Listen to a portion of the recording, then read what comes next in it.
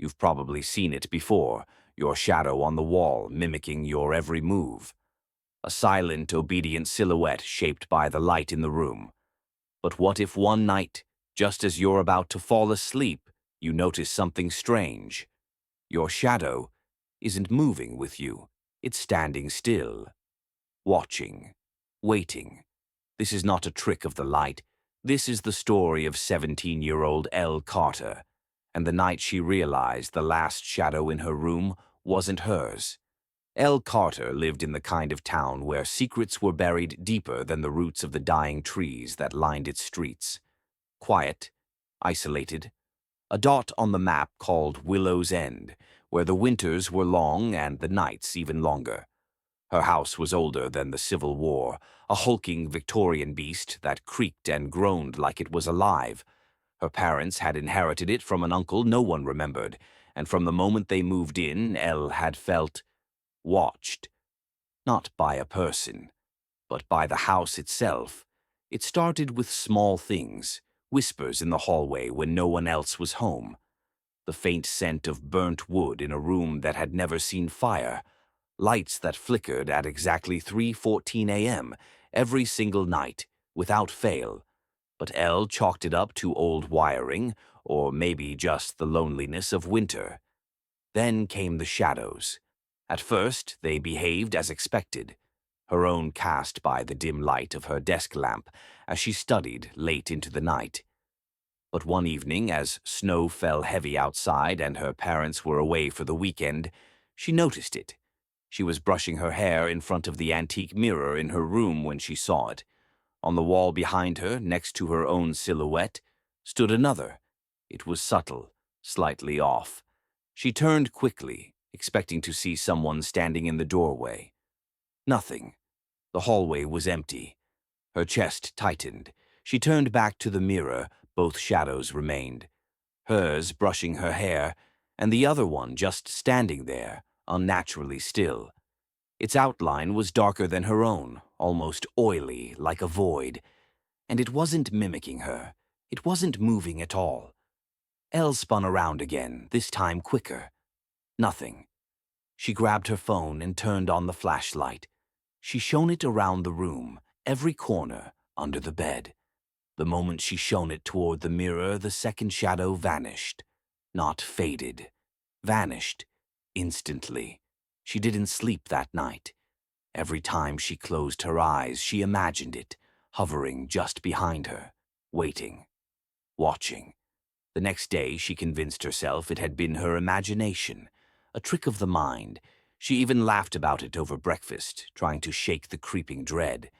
But the laughter died when she went back to her room. The mirror had a handprint on it. A single, perfect handprint, larger than hers, long-fingered, smudged like something had pressed hard and then dragged slowly down the glass. She wiped it clean and avoided the mirror after that. That night, it returned. Ella lay in bed, the soft blue glow of her nightlight casting comforting shadows across the room. She kept her eyes on the ceiling, counting the tiny bumps in the old plaster. 36, 37, 38, and then movement, not in the room, in the corner of her vision. She turned her head slowly. There it was again, the second shadow standing near the wall, motionless, no source, no explanation. She sat up, heart pounding.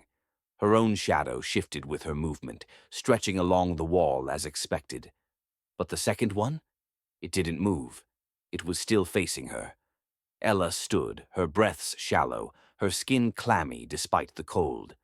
She stepped toward the shadow. Her own followed. The other did not. One step closer. It remained rooted. Her hand trembled as she reached out, not to touch the wall, but to test if her body would intersect the shadow. And then, without warning, it twitched. Just a little. A small head tilt. Elle screamed and stumbled backward, knocking over her lamp. The bulb shattered. Darkness swallowed the room in a single breath. She scrambled for her phone, fingers shaking. The screen lit up. 3:14 a.m. Of course. The flashlight came on, and the moment it illuminated the wall, the shadow was gone. Elle didn't sleep again. She sat in the corner of her room with the light on, clutching a crucifix that hadn't seen daylight in years. When her parents returned the next morning, she told them everything. They exchanged glances, part worry, part something else. Her father finally said, "You know, your great-uncle Harold, the man who owned this house, he died in this room." Her mother's voice was soft, barely a whisper. "He claimed something lived in the walls, something that didn't cast a shadow, until it did." Elle n'a pas répondu. She just stared at the wall where the shadow had been. It hadn't been a trick of the light, it wasn't her imagination. Do you ever feel like you're being watched when you're alone in your room? Maybe, late at night when the world outside is still, you've noticed something off. A shadow that doesn't move when you do, or one that lingers long after you've turned off the light. What if I told you that shadow wasn't yours, and whatever you do, don't turn around? This is the story of Caleb Turner, an ordinary teenager who made the mistake of acknowledging the wrong shadow. It started on a Monday, one of those gray, forgettable days in mid-November. Caleb had just moved into a new house with his mother after her divorce. The house was old, Victorian style, with creaking wood floors, thin walls, and rooms that always felt just a little too cold, no matter how high the heat was turned up. His new bedroom was upstairs, tucked in the far corner, overlooking a dying backyard with a withered oak tree that scraped its gnarled branches against the glass when the wind blew. Caleb didn't mind the isolation. He liked being away from his mom's endless weeping and the awkward silences over dinner. That first night, something small happened. Nothing terrifying, just odd. As he was scrolling through his phone with the lights off, the soft glow illuminated the walls around him. And there, on the far side of the room, he noticed a shadow. At first, he thought it was his, cast by the faint moonlight leaking through the curtains. But when he moved, the shadow didn't. It stood there, slouched, slightly taller than him, the edges fuzzed and twitching like static. He blinked, rubbed his eyes, turned on the bedside lamp. Gone. He laughed it off. His imagination had always been a little too active, especially in the dark. Besides, it was a new house. Unfamiliar sounds and shapes could play tricks on you. But the next night, it came back. This time it was closer. Caleb had left a lamp on, just dim enough to push the room into a dull amber haze. He was lying in bed when he saw it, directly opposite him, leaning in the corner near his closet. The silhouette was unmistakable now, human, but wrong. The limbs were too long, the shoulders uneven. And though it didn't move, he could feel its attention, like hot breath on the back of his neck. Again, he reached for the light. Again. Nothing. The following days grew stranger. Caleb would find small things moved, his shoes turned in the wrong direction. The closet door, he never left it open, ajar when he came home. One morning, he woke to find thin scratches running down his window from the inside. By Thursday, he stopped sleeping. He set up his phone to record the room overnight. He watched the footage the next morning with trembling fingers. Most of it was uneventful. Until 3:42 a.m. That's when the camera glitched for a moment, and when it resumed, the shadow was there. Not near the closet this time, but at the foot of his bed. It didn't move, just stood there, watching.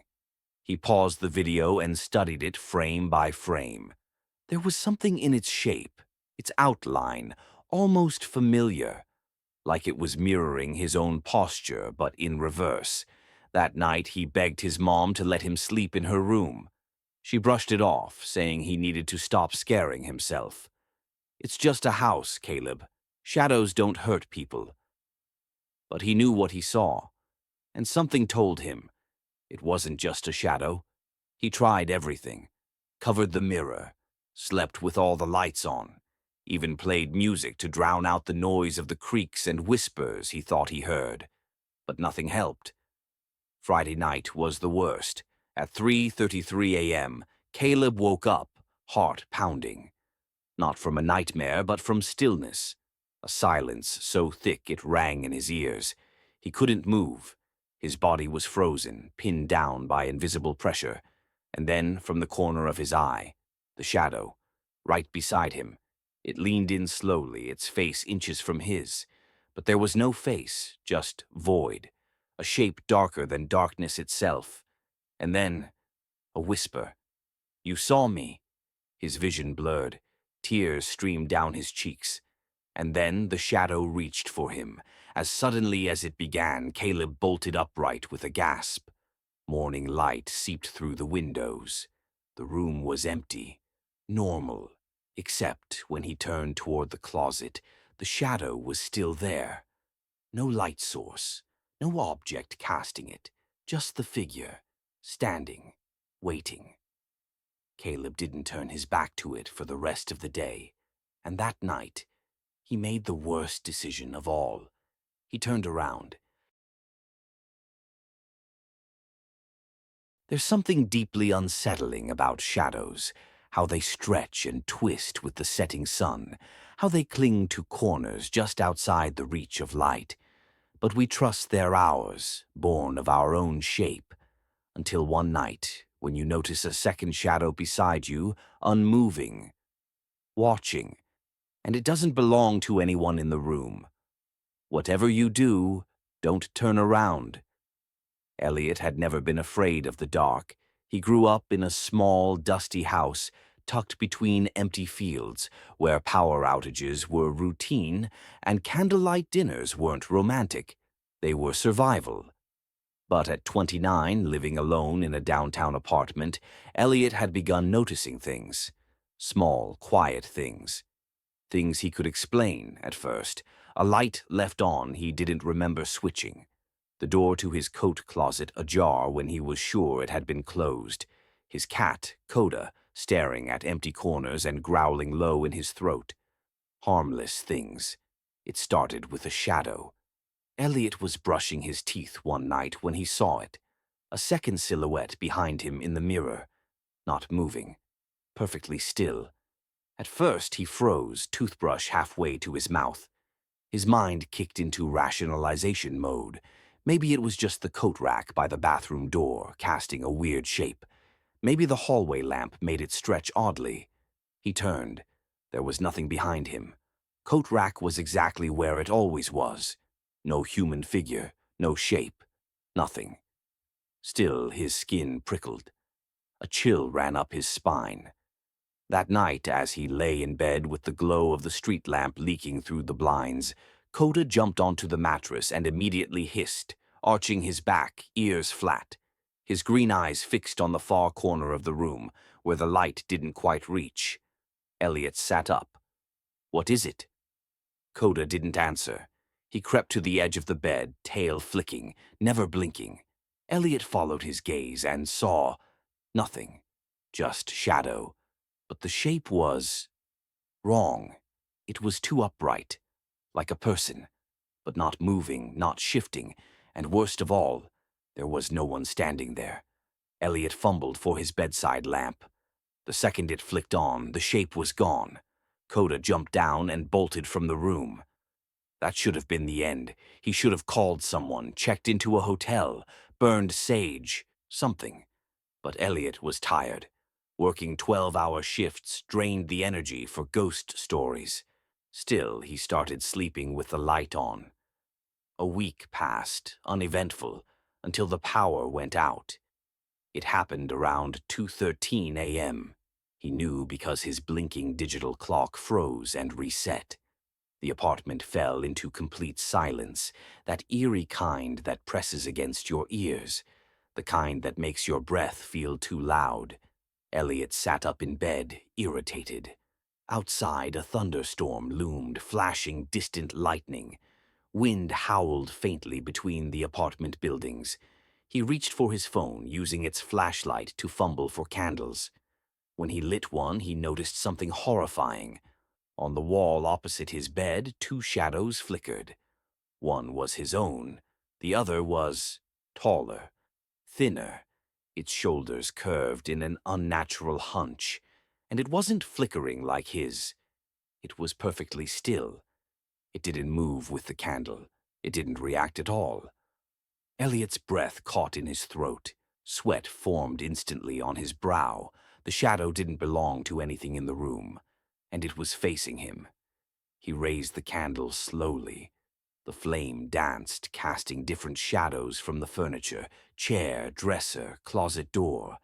But that shape remained fixed, like it was part of the wall. Elliot stood up, heart pounding so loudly it muffled the wind. He took a tentative step toward the wall. The shadow didn't move. He took another. Still, it stood there, immobile, as though daring him to get closer. Coda shrieked from the living room, one of those long, guttural cat screams that sounded almost human. Elliot dropped the candle. It rolled under the bed, extinguished. Now the room was pitch black. He froze. Couldn't see a thing, couldn't even hear anything, except the pounding of his own blood in his ears. And then he felt breath. Cold, close, too close. It came from behind him. He wanted to run. His body screamed to move, to bolt for the door, but something stronger, a primal fear, rooted him in place. Because something in him knew, if he turned around he wouldn't see the room. He'd see it. And once you saw it, it didn't go away. The air grew colder. His skin went numb. He whispered to himself over and over, "Don't turn around. Don't turn around." But it was breathing harder now, louder. He could feel it right at the back of his neck. A whisper tickled his ear. It said, "You saw me." And in that instant, every light in the apartment came back on. But the shadow was still there, right behind him.